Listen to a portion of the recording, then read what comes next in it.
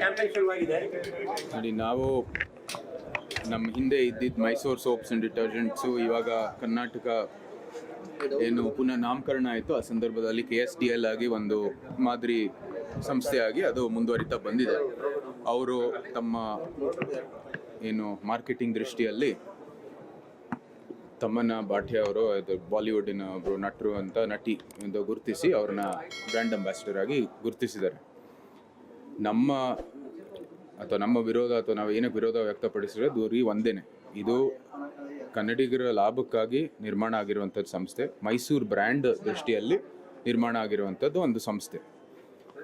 ಹೆಚ್ಚು ನೀವು ಕನ್ನಡಿಗರನ್ನೇ ಗುರುತಿಸಿ ಕನ್ನಡಿಗರ ಒಂದು ಪ್ರೋತ್ಸಾಹದಲ್ಲಿ ಬಳಸಬೇಕಾಗಿರುವಂಥದ್ದು ಸಂಸ್ಥೆ. ಈ ಒಂದು ತತ್ವದೊಂದಿಗೆ ಇದು ಸ್ಥಾಪನೆ ಆಗಿರೋ ಸಂದರ್ಭದಲ್ಲಿ ನೀವು ಕನ್ನಡಿಗರನ್ನ ಗುರುತಿಸಿ ಅವ್ರಿಗೆ ಪ್ರೋತ್ಸಾಹ ಕೊಡಬೇಕಾಗಿರೋದು ಈ ಬ್ರ್ಯಾಂಡಿನ ಉದ್ದೇಶ. ಅದರ ಜೊತೆಗೆ ಈಗ ಹಲವಾರು ಉದಾಹರಣೆಗಳಿದ್ದಾವೆ.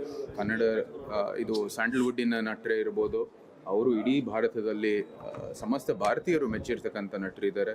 ಅದ್ರ ಜೊತೆಗೆ ಸ್ಪೋರ್ಟ್ಸ್ಮೆನ್ನು ಕೂಡ ಇದ್ದಾರೆ. ಮತ್ತು ಇದೇನು ಬರೀ ಮಹಿಳೆಯರಿಗೆ ಸೀಮಿತ ಆಗಿರುವಂಥದ್ದು ಒಂದು ಸೋಪ್ ಅಲ್ಲ. ಸೊ ಇದೆ ಬೇರೆ ಬೇರೆ ಈ ಜೆಂಡರ್ ವೈಸು ಕೂಡ ನೀವು ಗುರುತಿಸ್ಬೋದು. ಮತ್ತು ನೀವು ಅನೇಕ ಕನ್ನಡಿಗರೇ ಇದ್ದಾರೆ ಇದಕ್ಕೆ ಬ್ರ್ಯಾಂಡ್ ಅಂಬಾಸಿಡರ್ ಆಗಿ. ನಮ್ಮ ಕ್ರಿಕೆಟರ್ಗಳು ಇರ್ಬೋದು, ನಮ್ಮದೇ ಆದ ಸ್ಯಾಂಡಲ್ವುಡ್ ಆರ್ಟಿಸ್ಟ್ ಇರ್ಬೋದು, ಇಡೀ ಭಾರತದಲ್ಲಿ ಅವರು ಪ್ರಖ್ಯಾತ ಅಂತ ಹೇಳ್ಬೋದು. ಸೊ ಅದಕ್ಕಾಗಿ ಈ ಸಂದರ್ಭದಲ್ಲಿ ಅವರು ಯಾರು ಈ ತೀರ್ಮಾನಕ್ಕೆ ಬಂದಿದ್ದಾರೆ ಅಂತ ನಾವು ಪ್ರಶ್ನೆ ಮಾಡಿದ್ವಿ. ಯಾವುದೇ ಕಮರ್ಷಿಯಲ್ ಇಂಟ್ರೆಸ್ಟು ಅಥವಾ ಕಮರ್ಷಿಯಲ್ ದೃಷ್ಟಿಯಲ್ಲಿ ನಾವು ಕೆಲಸ ಮಾಡೋದಿಲ್ಲ. ಮುಂಚೆನೂ ಕೂಡ ಈ ಒಂದು ರಾಷ್ಟ್ರೀಯ ವೃತ್ತ ಜೀವನ ಶುರು ಮಾಡೋಕ್ಕೆ ಮುಂಚೆನೂ ಕೂಡ ಸರ್ಕಾರದ ಕೆಲವು ಪ್ರವಾಸೋದ್ಯಮ ಇರ್ಬೋದು ಇತ್ಯಾದಿ ಎಲ್ಲನೂ ಕೂಡ ನಾವಾಗೆ ಅದಕ್ಕೆ ರಾಯಭಾರಿ ಅಂತಲ್ಲ, ಬಟ್ ಅದರ ಪ್ರೋತ್ಸಾಹ ದೃಷ್ಟಿಯಲ್ಲಿ ಕೆಲಸವನ್ನು ಮಾಡಿದ್ದೀವಿ. ಸೇವೆ ಮಾಡೋಕ್ಕೆ ನಾವು ಯಾವಾಗಲೂ ಸಿದ್ಧ. ಆದರೆ ಇಂಥ ಕಮರ್ಷಿಯಲ್ ಆಗಿ ಬ್ರ್ಯಾಂಡ್ ಅಂಬಾಸಿಡರ್ ಆಗೋದು ನಾವಂತೂ ಮಾಡೋದು. Mysore sandal brand brand ambassador ಬೇಕಾಗಿತ್ತಾ? ಅದರ ಅನಿವಾರ್ಯತೆ ಇದೆಯಾ ಮೈಸೂರು ಸ್ಯಾಂಡಲ್? ಬ್ರ್ಯಾಂಡ್ ಅಂಬಾಸಿಡರ್ ಬೇಕಾಗಿದೆಯೋ ಇಲ್ಲೋ ಅದು ತಜ್ಞರು ತೀರ್ಮಾನ ಮಾಡ್ತಾರೆ. ನಮ್ಮ ಅಭಿವೃದ್ಧಿಯಲ್ಲಿ ಈ ಯಾವ ಸಂಸ್ಥೆ ಯಾವ ದೃಷ್ಟಿಯಲ್ಲಿ ಅದು ಸ್ಥಾಪನೆ ಆಗಿದೆ, ಯಾವ ತತ್ವದೊಂದಿಗೆ ಅದು ಸ್ಥಾಪನೆ ಆಗಿದೆ, ಯಾವ ಉದ್ದೇಶದಿಂದ ಸ್ಥಾಪನೆ ಆಗಿದೆ, ಇದು ಮೈಸೂರು ಮತ್ತು ಇವತ್ತಿನ ಮೈಸೂರು ಅಂದರೆ ಇವತ್ತಿನ ಅವತಾರ ಕರ್ನಾಟಕ, ಅದರ ಲಾಭಕ್ಕಾಗಿ ಆ ಒಂದು PSU ಆಗಿ ಒಂದು ಪಬ್ಲಿಕ್ ಸೆಕ್ಟರ್ ಆಗಿ ಅದು ಮುಂದುವರಿತಾ ಬಂದಿದೆ. ಇವತ್ತು ಹೌದು, ಇದು ಬಿಸ್ನೆಸ್ ದೃಷ್ಟಿಯಿಂದ ಮತ್ತು ಲೋಕಲ್ ಏನೋ ಇಶ್ಯೂ ಇದೆ. ಅವ್ರು ಹೇಳಿದ್ದಾರೆ ಅದೇನು ಇದು ಹೆಚ್ಚು ನಾರ್ತ್ ಇಂಡಿಯಾದಲ್ಲಿ ಇದರ ಒಂದು ಪ್ರೋತ್ಸಾಹ ನೀಡಬೇಕು ಅಂತ. ಅದಕ್ಕೂ ಕೂಡ ಕನ್ನಡಿಗರೇ ಇದ್ದಾರೆ. ಇಡೀ ಭಾರತದಲ್ಲಿ ಮೆಚ್ಚಿರುವಂಥದ್ದು ಅನೇಕ ನಟರು ಇದ್ದಾರೆ, ಅನೇಕ ಸ್ಪೋರ್ಟ್ಸ್ಮೆನ್ಗಳಿದ್ದಾರೆ. ಅವ್ರನ್ನ ಗುರುತಿಸಿ ನೀವು ಇದು ಬ್ರ್ಯಾಂಡ್ ಅಂಬಾಸಿಡರ್ ಯಾತಿಗೆ ಹಾಕ್ಲಿಲ್ಲ ಅಂತ ನಮ್ಮ ಪ್ರಶ್ನೆ. ಸರ್ಕಾರ ಅಪ್ರೋಚ್ ಮಾಡಿದಾಗ ಉಚಿತವಾಗಿ ಬ್ರ್ಯಾಂಡ್ ಅಂಬಾಸಿಡರ್ ಆದಂತ ಉದಾಹರಣೆಗಳಿದೆ.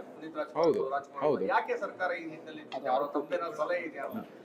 ಈ ಸರ್ಕಾರ ಆಡಳಿತ ಪಕ್ಷ ಯಾರಿದೆ ಅಂತ ನಿಮ್ಗೆ ಗೊತ್ತಿದೆ. ಅವ್ರ ಮನಸ್ಸಿನಲ್ಲಿ ಅಥವಾ ಅವ್ರ ಆಲೋಚನೆ ಬಗ್ಗೆ ನೀವು ಅವ್ರನ್ನೇ ಪ್ರಶ್ನೆ ಮಾಡಬೇಕು. ಅವ್ರು ಏನಕ್ಕೆ ಈ ಒಂದು ಅಂತ್ಯಕ್ಕೆ ಬಂದಿದ್ದಾರೆ ಅಂತ ನೀವು ಅವ್ರನ್ನೇ ಪ್ರಶ್ನೆ ಮಾಡಬೇಕು. ನಮ್ಮ ಸಲಹೆ ಕನ್ನಡಿಗರಿಗೆ ಕೊಡಿ ಸರ್. ರಮ್ಯಾ ಅವರು ಸೇರಿದಂತೆ ಎಲ್ಲರೂ ಕೂಡ ಆಕ್ಷೇಪ ವ್ಯಕ್ತಪಡಿಸಿದ್ದಾರೆ ಸರ್ ಆ ವಿಚಾರ. ಅವ್ರದೇ ಪಕ್ಷದವರು ವಿರೋಧ ಮಾಡ್ತಾ ಇರುವಾಗ ಅವ್ರ ಸಲಹೆ ಆದ್ರೂ ಕೇಳಿ. ಅಲ್ಲ, ಸರ್ಕಾರಕ್ಕೆ ಈ ದೇಶದಲ್ಲಿ ಗುರುತಿಸುವಂತ ಕನ್ನಡಿಗರಿಗೆ ಇಲ್ಲ ಅಂತ ಮನಸ್ಸಿದೆ. ಕನ್ನಡಿಗರಿಗೆ ಮಾಡಿದ ಅವಮಾನ ತರ ಕಾಣ್ತಾ ಇಲ್ಲ. ಒಂದು ವೇಳೆ ಆತರ ನೀವು ಆ ದೃಷ್ಟಿಕೋನದಿಂದ ನೋಡೋಕೆ ಹೋದ್ರೆ ಹೌದು, ಅದು ಸತ್ಯನೇ. ಆದರೆ ನನ್ನ ದೃಷ್ಟಿಕೋನ ಇದೇನೆ, ಸ್ಥಾಪನೆ ಆಗಿರೋ ಸಂದರ್ಭದಲ್ಲಿ ಇದು ಒಂದು ಕನ್ನಡ ಬ್ರ್ಯಾಂಡ್, ಕನ್ನಡಿಗರ ಬ್ರ್ಯಾಂಡ್. ಇದು ಮೈಸೂರು ಬ್ರ್ಯಾಂಡು, ಇವತ್ತಿನ ಅವತಾರ ಕರ್ನಾಟಕದ ಬ್ರ್ಯಾಂಡ್. ಇದು ಕನ್ನಡಿಗರ ಪ್ರೋತ್ಸಾಹಕ್ಕಾಗಿ ಶುರು ಮಾಡಿರೋದು. ಸಂಪೂರ್ಣವಾಗಿ ಇದಂತ ಏನೇನು ವ್ಯಾಪಾರ ಆಗುತ್ತೆ ಅದು ಕನ್ನಡಿಗರಿಗೆ ಲಾಭ ಆಗಿರುವಂಥ ದೃಷ್ಟಿಯಲ್ಲಿ ಶುರು ಮಾಡಿರೋದು, ನಿರ್ಮಾಣ ಮಾಡಿರೋದು. ಈ ನಿಟ್ಟಿನಲ್ಲೂ ಸಹ ಇಂಥ ಒಂದು ಬ್ರ್ಯಾಂಡ್ ಅಂಬಾಸಿಡರ್ ಏನು ಪದವಿ ಬರುತ್ತೆ, ಅದು ಒಂದು ಅವಕಾಶ ಕನ್ನಡಿಗರಿಗೆ ಇನ್ನೂ ಒಂದು ಪ್ರೋತ್ಸಾಹ ಕೊಡೋ ದೃಷ್ಟಿಯಲ್ಲಿ ಅದು ಒಂದು ಅವಕಾಶ ಕೊಟ್ಟಿದೆ. ಇಲ್ಲಿ ನೀವು ಕನ್ನಡಿಗರಾಗಿ ಬ್ರ್ಯಾಂಡ್ ಅಂಬಾಸಿಡರ್ನ ಗುರುತಿಸಿದ್ರೆ ಅದು ಒಂದು ಡಬಲ್ ಒಬ್ಜೆಕ್ಟಿವ್ ಆಗುತ್ತೆ ನಿಮಗೆ. ಏನಂದರೆ, ಒಂದು ನಿಮ್ಮ ಬ್ರ್ಯಾಂಡನ್ನು ಕೂಡ ನೀವು ಬೆಳೆಸ್ಬೋದು, ಒಬ್ಬ ಕನ್ನಡಿಗರಿಗೂ ಕೂಡ ಒಂದು ಒಳ್ಳೆ ನ್ಯಾಷನಲ್ ಕವರೇಜನ್ನು ಕೂಡ ಕೊಡ್ಬೋದು.